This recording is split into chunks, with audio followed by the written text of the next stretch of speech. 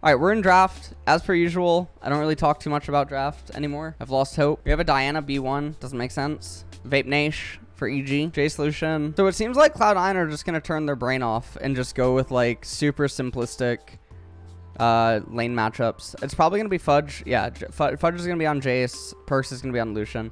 Rise. We saw this yesterday in LCK. They just pick Renekton with Viego into Lucian or Jace. And now Ezreal Braum comes out. I guess Braum here has like value. The thing is that EG is never going to punish the Braum, right? They're never going to punish the Braum. The issue is that you also need a support champion that simultaneously punishes Braum as well as resists Ezreal and Jace. And there's going to be very few support champions that actually do this like well. But the remainder of the comp's really bad. So the reason that they go for Rakan is because you look at Renekton, Rise, and Viego, and I swear to God, what they're saying on stage is, we need an engage support. We need a support that can engage. Because they're just going to get poked by Jace and Ezreal, right? And they don't have a reliable way to get onto the opponents. Because, like, Braum will just shut down Viego and Renekton from trying to get on to anyone, right? And Rise is outranged. So they're probably thinking to themselves like that they need Thresh or Rakan or like Nautilus or Leona or something, right, to like start the fight. So let's talk about what Perks is doing. Let's just do pure pro view. Can we update title? Oh, F key. Yeah, good job, Fudge. Nice one. So Perks is shoving this too slow because you can see that the next wave is already here. All right, Fudge Factor might be coming down here. Ooh, Viego gonna go for the stun. That was really coin flippy, I think. What are they doing? What are they doing? Dude, what are they doing? Blabber just... Oh my God. Blabber didn't get the crab. Blabber did not get the crab. All right, he goes double longsword. I don't think you can go double longsword. Oh, I found tech yesterday. I found out how Graves beats LeBlanc in mid. You have to go Doran's Blade, and then you have to reset Doran's Shield. Okay? With Second Wind Revitalize. Beautiful. Beautiful. That was a new one. LeBlanc was not happy. Cause she can't just Sigil of Malice poke. You know what I mean? Can't just Sigil of Malice. Yeah, you don't deal damage and neither does she, which means you win.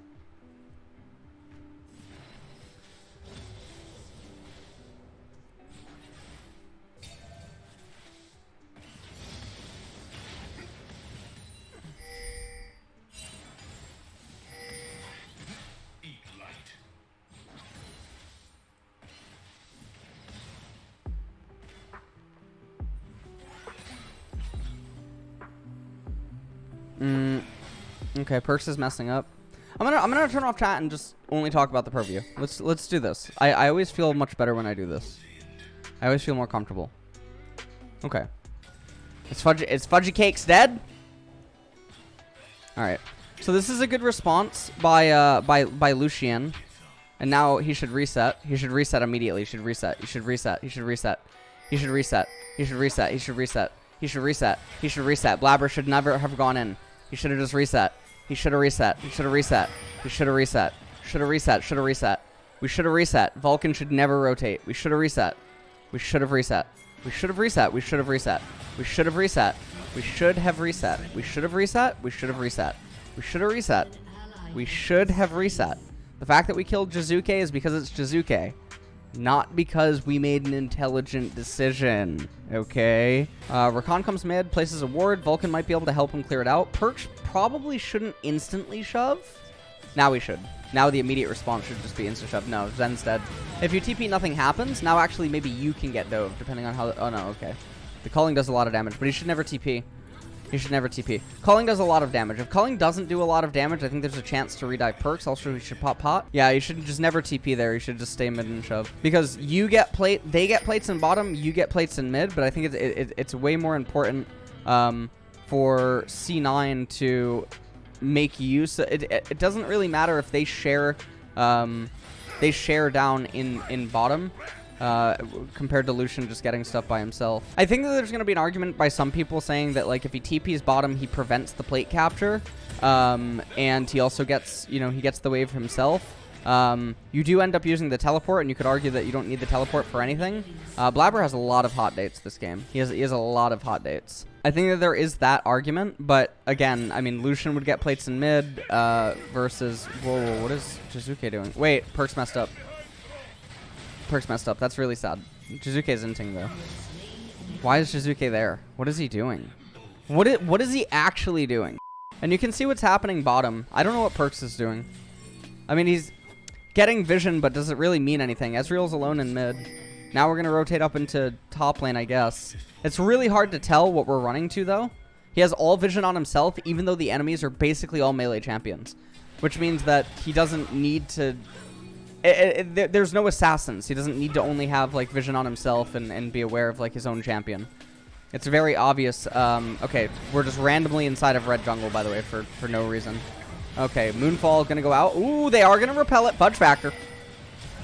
Looking for something. Oh, Blabber. Oh, Jizuke. Inting again. Fudge Factor. Getting a kill. Amazing. Okay, he places the ward. So this is a pretty awkward... yeah, okay. He needs to run. Yep. He needs to run. Is he dead? He might be dead. Slice and dice. Yep. Oh. And Rakan. Yep. I mean, he just shouldn't be there. Now, the reason that I said, is he dead before, is because I actually thought he was being collapsed on by... I thought he was being collapsed on. When he got slice and diced here, I thought he was dead already. This is also why you should check for a pink ward. They do end up going 1 for 3. So that is very good for Cloud9. They're also going to get the dragon. I can't see the CS scores, so it's hard for me to try to gauge exactly where the gold is at right now.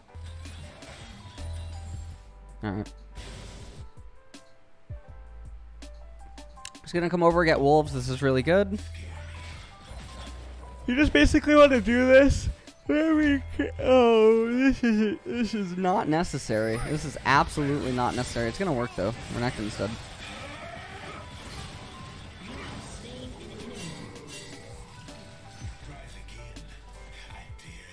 Looks like he's gonna get the turret.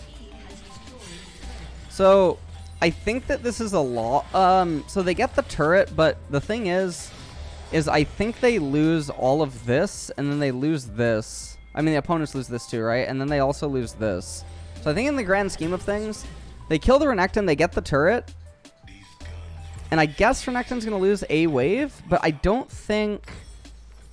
Yeah, I don't think it's actually worth. I think if you add everything up, I don't know. That one's kind of weird. You invest a back teleport, you get the kill onto Renekton. Yeah, I'm not actually sure. I think that's too forced. I think it definitely feels good. I think it's dopamine. I think it's absolutely dopamine. Oh, crab.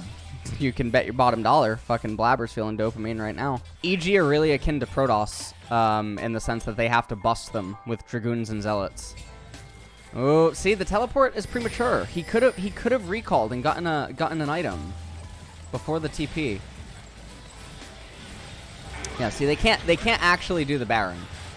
That was a really bad calling. Okay, they got the Baron. They should die. Okay, yeah, they actually did the Baron. So this is a, you know, I mean, what the fuck?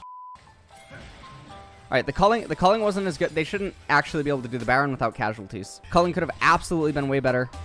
They should actually lose people doing the Baron. And then, because you do the Baron and the way that the waves are, you'd lose out on Baron enhanced minions. So everything should have been okay. You shouldn't actually just be able to do the Baron there. I believe it's 800 local, right? And then 600...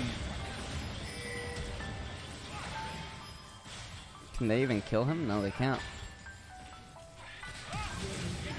Yeah, I got perks. They tried. Honestly, this is fine.